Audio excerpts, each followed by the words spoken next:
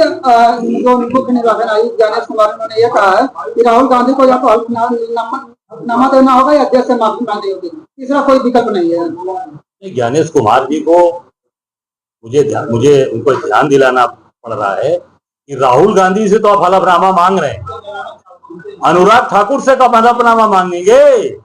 अनुराग ठाकुर जो भाजपा के नेता हैं उनसे हलफनामा मांगिए। उन्होंने पूरी आयोग के ऊपर आरोप लगाया, मतदान की बात कही, उनसे हलफनामा नहीं लेंगे आप? भाजपा के प्रवक्ता बन गए ज्ञानेश कुमार, पूरी तरीके से चुनाव आयोग ये भारतीय जनता पार्टी का प्रवक्ता बन गया है। और राहुल गांधी जी से आप हलफनामा मांग रहे हो, उनको अल्टीमेटम दे रहे हो। अनुराग ठाकुर को हलफनामा क्यों नहीं मांग रहे हो, उनको अल्टीमेटम क्यों नहीं दे रहे हो? पूरा देश जानना चाहता है कि आप केवल राहुल गांधी क्योंकि सही बात उठा रहे हैं, आम आदमी की बात उठा रहे हैं, गरीब की बात उठा रहे हैं, मजदूर की बात उठा रहे हैं, किसान की बात उठा रहे हैं, सबकी पूरे देश के लोगों की बात उठा रहे हैं, राहुल गांधी से हलफनामा मांग रहे हो। और अनुराग ठाकुर कि आप जो है उनसे नहीं मांग रहे हो, क्यों? क्योंकि भाजपा के प्रवक्ता बन गए हैं ज्ञानेश कुमार। ऐसे में अगर बात किया जाए उपराष्ट्रपति चुनाव का जो सीपी राधाकृष्णन की जिम्मेदारी है, लोग ये कभी कह रहे हैं कि विपक्ष में फूट डालेंगे चुनाव। देखिए, अब विपक्ष की बात में मैं तो नहीं कहना चाहूंगा कि जो अभी स्वास्थ्य के कारण से इस्तीफा देकर गए, क्या नाम था उनका, नाम भी मैं भूल रहा, कोई धनखड़ जी थे, जगदीप धनखड़ जी, वो कहाँ हैं? उनको मैं मोदी से कहूंगा कि उनको देश के सामने लाया जाए। देश की जनता खोज रही कि कहाँ है हमारे पूर्व उपराष्ट्रपति जी, उनको सामने तो लाएं, कम से कम सारी बातें साफ हो जाएंगी। उत्तराखंड में जो है मदरसा बोर्ड को जो भारत सरकार ने भंग कर रहा है और नए तरीके से रजिस्ट्रेशन की मांग कर रही है। देखिए, ये सरकार के पास कोई काम नहीं है। ये सरकार केवल और केवल हिंदू और मुसलमान बांटो और राज करो, उस पर काम कर रहे हैं, जोड़ने की बात नहीं कर रहे।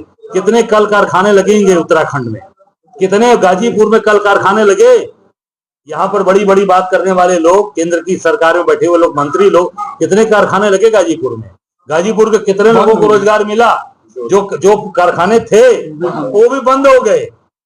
अब हरिहरपुर में बैठा हूं, पूछ लीजिए हरिहरपुर के गांव के कितने लोगों को नौकरियां मिली हैं, या मोहम्मदाबाद अष्ट शहीद परिवारों से पूछ लीजिए जो यहाँ गए थे, जिनके यहाँ बड़े बड़े नेता गए, जा रहे हैं मंत्री, ठीक है, कितने लोगों को नौकरियां दी उन्होंने, कितने लोगों को काम दिया?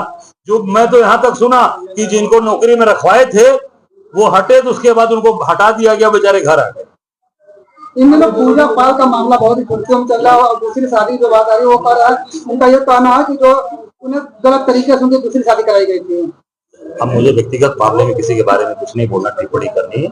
महिला है, महिलाओं का सम्मान करता हूँ, किसी के बारे में टिप्पणी नहीं। फतेहपुर मकबरे को लेकर क्या कहेंगे? नहीं, निश्चित तौर से सरकार को मैंने फिर कहा, ये सरकार केवल और केवल हिंदू मुसलमान पे काम कर रही है। फतेहपुर में मकबरा ले लीजिए, आप इधर देवरिया के अंदर ले लीजिए, गोरखपुर में ले लीजिए, हाटा का मस्जिद तोड़ा गया। ये सरकार में केवल योगी जी इसमें डिग्री प्राप्त है, इनको पीएचडी है, योगी जी पीएचडी होल्डर हैं, डॉक्टरेट हैं, हिंदू मुसलमान में कैसे दरार डालना है और कैसे दरार डाल के अपनी सरकार में अपनी चीजों वाहवाही करना है, वो हिंदू मुसलमान में डॉक्टरेट। जनता ने कहा है भाई, जनता करी, मैं तो कह ही रहा हूँ, तो शुरू से कह रहा हूँ, कोई नई बात थोड़ी, पुरानी बातें हैं। वो तो मैं जिस दिन काउंटिंग जब 1 बजे के बाद रोक दी गई, उसी दिन साबित हो गया कि मोदी चुनाव हार गए।